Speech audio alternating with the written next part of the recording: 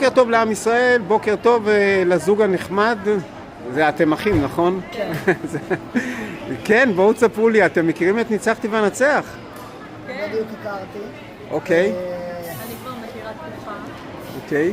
מה יש לך לומר על התקופה? וואו, מטורף. כמות הספרים שקניתי פה. כן. גם עכשיו. אתם עושים עבודה, אתם נהנים מהדברים. מאוד מאוד מעניין, אני אישית פוסט-טראומטי. מה אתם אומרים? מה? אני אישית פוסט-טראומטי, אני מוסיף את ניצחתי ואנצח לתהליך של השיקום שלי. מצוין. ואני מאמין שניצחתי ואנצח יעזרו לי להתמודד עם הקשיים שלי. בהחלט.